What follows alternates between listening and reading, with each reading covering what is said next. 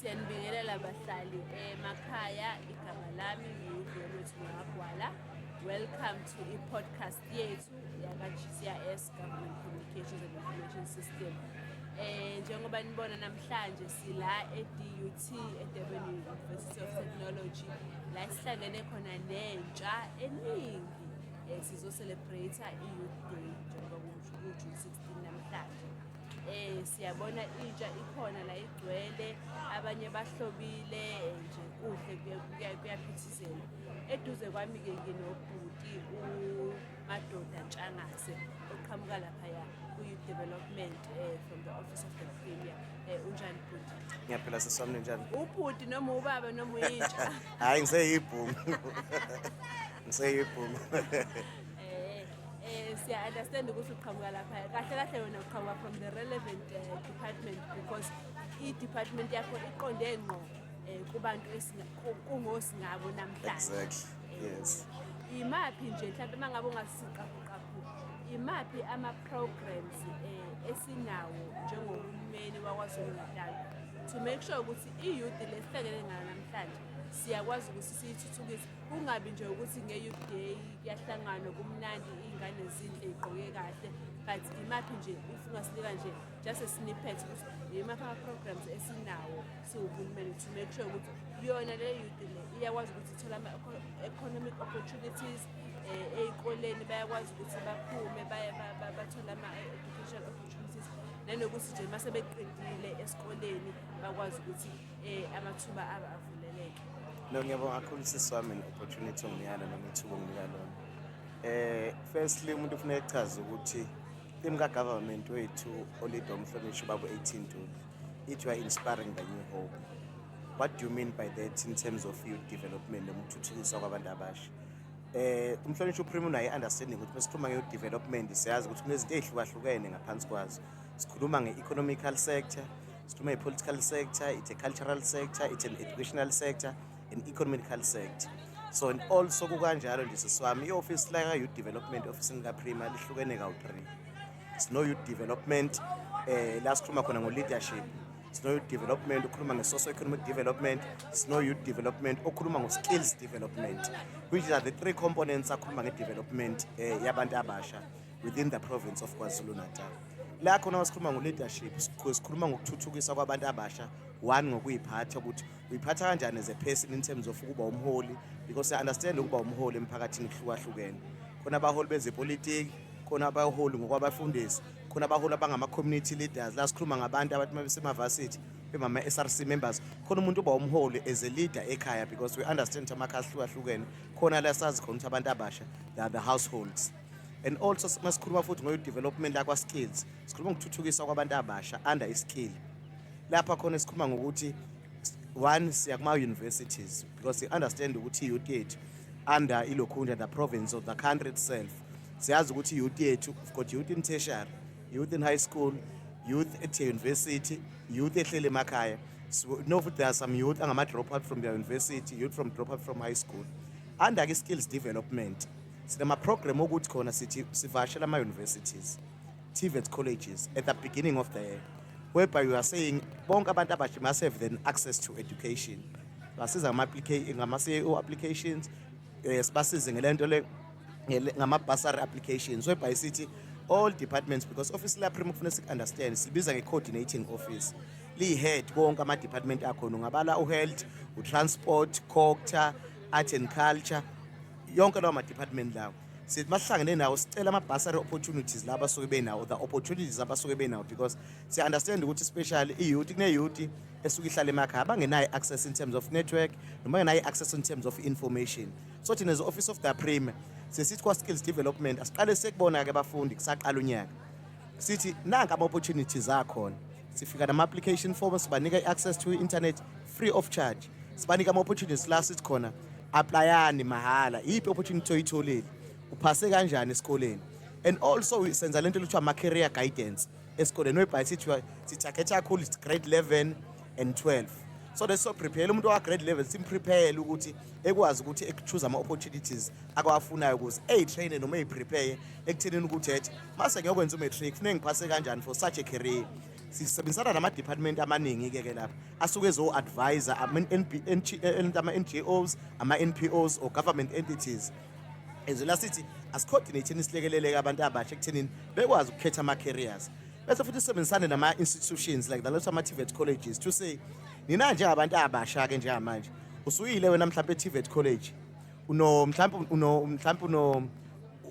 lesi mhlawumbe wenze lento i-electrical engineering unonyaka 18 months udinga lento lekuthiwa i-INSEF training for you to get your diploma sasithina-ke all these lokhunja senze public private partnership sibiza all these private sectors sithi institution partnership ananampa ilokhunja abantu abasha abayi-youth esiphumile elokhunjeni ema-TVET colleges to grab ama-opportunities niwanika ama-internships amalento ama-programs okuyiwona akazokwazi ukuthi banike i-skills for them ukuthi be-acquire lento amalokhunja ama-opportunities or ama-diplomas ukuze bezokwazi ukuyofunda lento imisebenzi sibe sileyo program si-partnership nento kuthiwa i-JPP sikubiza nge-job preparedness program sithi usuyiqedile-ke i-diploma usuyiqedile-ke ilokhunji lento ilokhunji qualification it can be a degree or a BTech or an honors whatsoever but uhlele ekhaya i-challenge kakhulu esi-accessile sizi-create leyo program sibona ukuthi abantu abasha kakhulu will find ukuthi umuntu hayi ngoba nakhe ngayithola opportunity uya-apply ibizwe but akakwazi ukuyi-conduct or never akakwazi uku-applyela for ilokhunji uhlule uku-applyela i-form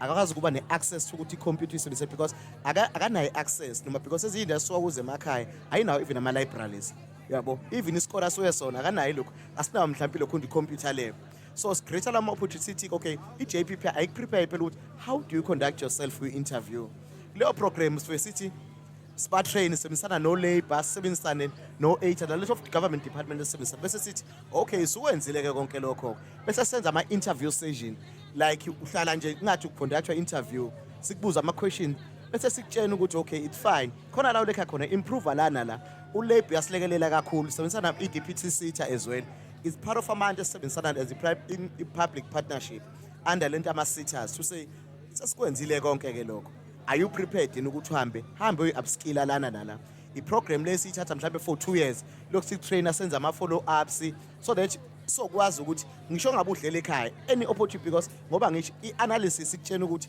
abantu abasha it's because akazi bezobe wathola ama-opportunity they cannot conduct themselves ayikuthi ngoba nakho bengazi nokuthi abekho-ke exposed ngaleyo ndlela bese siba the last sector siyibiza nge-socio-economic development under nakhona ulokhunja youth development you've got a lot of opportunities the prominent ones into kuthiwa it's a youth fund i-youth fund ithwebha isithi ihlukene kawu-2 sithi bantu abasha ugovernment u-investe mhlawumbe like mhlawumbe 150 million to say applyelani for ma-businesses ibhizinisi lethu uma sithi li-aplayele inhloso yethu kakhulu because we understand ukuthi i-unemployment rate high your responsibility to create job opportunities it's for you to be self-employed sesithi thina apply-akhe sihlukanisa kabili-ke grant yakhe sithi mhlawumbe from 20,000 to 50,000 lapho sithi ama-startups sithi just a person usafuna ukuyiqalela ne-startup mhlawumbe ngifuna ukuvula ilebhanyana mhlawumbe yami computer lab simthengele printer and whatsoever futhi senza ama-follow-ups in terms of i-performance yakhe ebhizinisi bese siba nalaba abanye eqala mhlawumbe from 50,000 to 2 million labo bantu sabezabona abantu asuke befumala umuntu mhlawumbe osene-mileage lonyaka sithi standard sakhe ukuthi ibhizinisi uli-operatile for more than a year sifuna ama-financial zakho sisambe sul-assess ibhizinisi i-value yayo because suye labo bantu sibayoya njengabantu umuntu ofune more compliance in terms of ibhizinisi so that siyazi ukuthi mhlawumbe uyakwazi uku-employa mhlawumbe abawu-50 sibathengele iy'moto sibathengele amaplaza abanye sibathengele iy'nkomo abanye sibathengele mhlawumbe ama-lab the computer lab so those are opportunities within ilokhunja ilokhunja i-skills development siswami. You've spoken a lot about opportunities Yes. akhona like you were saying ama-bursaries namanye Yes. ama-funds that you are giving to youth. How do youth actually access you to make sure that they are able to access this very valid Information. resources abayidingayo ukuthi bakwazi ukuthi Okay. bazithuthukise? Okay, specifically sinento kuthiwa ama-community outreach programs that we do. The next is makuthiwa mhlambe ama-OSS program. I-responsibility office laka-youth ukuthi ehambe lapho eyopresent ama-program. Ukuthi how do you access ama-program e-ofisini lika-Prim? How do you get information?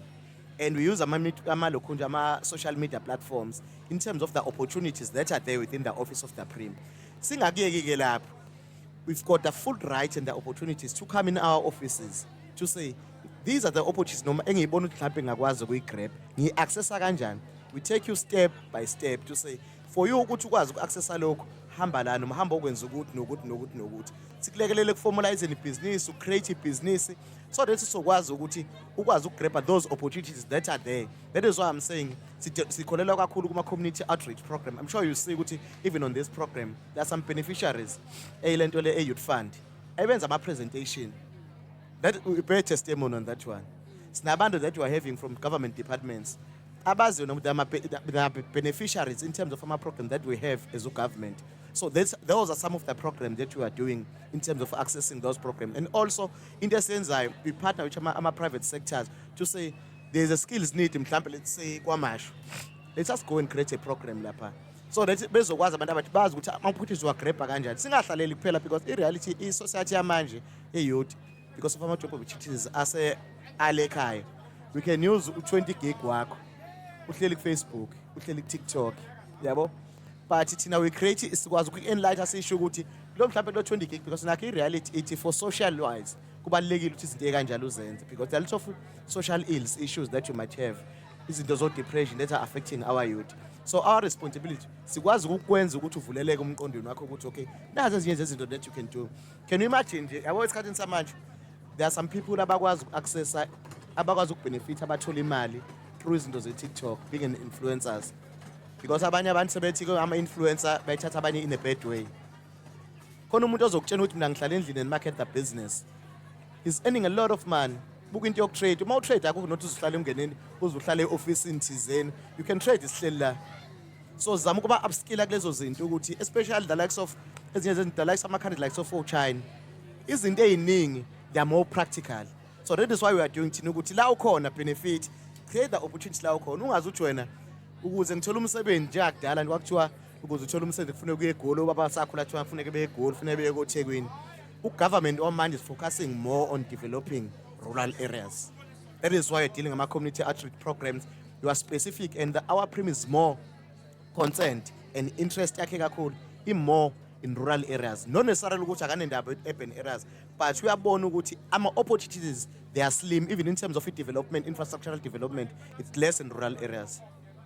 Sesivala futhi iliphi nje elakho elokugcina loku-encourage i-youth out there. We know ukuthi we are dealing with a lot of unemployment, we're dealing with a lot of social ills out there. Khona i-youth there is frustrated, umuntu unama-ideas, they want to do things, but abazi ukuthi bazoqala kuphi. Iliphi nje elakho lokuba-encourage ukuthi get up, access ama-opportunities, nanokuthi ube involved kuma-programs nje emphakathini ukuze ukwazi ukuthi uzithuthukise wena nomphakathi. Yabona nje sami ngakusho kakhulu okubalekile ukuthi as a person in nature never give up. That is why i-theme ka-government have said even from the beginning we say we are inspiring the new hope. Engakusho mina kubantu abasha we understand the frustration and the background esisuka kuyona. We understand ukuthi sisuka ama-backgrounds ahlukahlukene. Even iy'kole esifunde kuzona, access of information and everything, even the exposure. We understand ukuthi iyona nto kakhulu esi-affecta kakhulu omunye umuntu egcine se-give up. Like I've said ukuthi i-issue unemployment ufica mhlawumbe more than 60% of ama-graduate ehlele ekhaya.